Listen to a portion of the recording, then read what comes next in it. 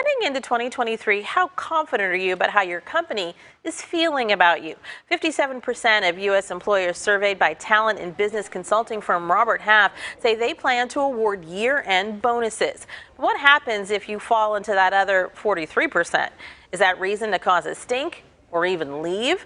For answers, we turn to Regional Vice President for Robert Half, Jason King. Jason, good morning to you. Good morning. How are you? I'm doing pretty good. Thank you so much. So, yay for the 57% of employers you talk to. But for those who work for companies not prepared to give end of the year bonuses, what do? We know those bonuses are a retention tool. So, can the lack of one be a negotiating tool if you're the employee?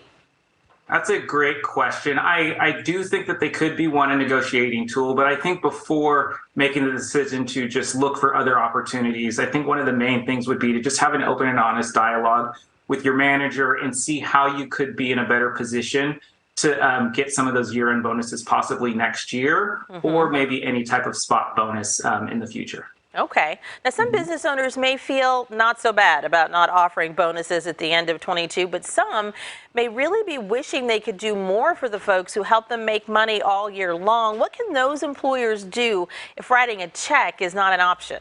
Right, absolutely. I know organizations have budgetary concerns, but a couple of things that companies can do. One, verbal recognition goes a very long way. A simple verbal thank you or an email out to team members. Another one could be just giving things that could be a little bit more cost saving, which could be additional time off or extra PTO.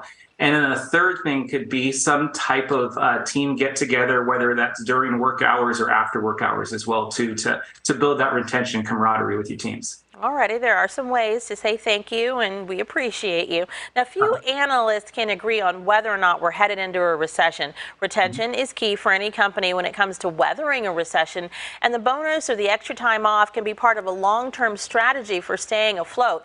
No one wins if the company folds. That's very, very true, 100%. And while we're talking about bonuses and other kinds of rewards for some employees, thousands and thousands of tech workers are being laid off. 11,000 at Facebook, 10,000 at Amazon. Twitter laid off about 3,700 staff last week and is now followed up with notice to about 5,000 contractors. You have specialized in the tech industry over your career. It used to be the place where kind of everything was going up, up, up. What is going on? Right, absolutely. And that is a fantastic question. I've been doing this, I've been in the staffing industry for 18 years, and I've never really truly seen a market like this. However, while layoffs are happening right now, many of those are in very, one-off instances, mainly in organizations that you would determine would be the bellwether of the tech industry. And I think in some other instances, you have other organizations that have overhired. But I do think when it comes to the technology industry, it's truly expanded past, some of those tech giants at this given point in time. Okay. And I would follow up with that to say that, at the end of the day, some talent coming back into the market is not truly a bad thing because the demand is so extremely high in the employment market right now.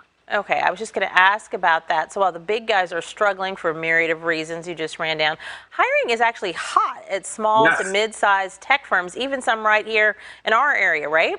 Yeah, absolutely. I mean, month over month, we've seen job increases go from 10.1 million to 10.7 million month over month from the latest JOLTS report. The market remains extremely resilient, and employers are still in high demand for very, very talented employees. All righty, so even if you're not getting that bonus and even if you've gotten a layoff notice, there are ways to move the chess pieces that are in favor of the employee. Thank you so much, Jason King from Robert Half. We appreciate you. Thank you.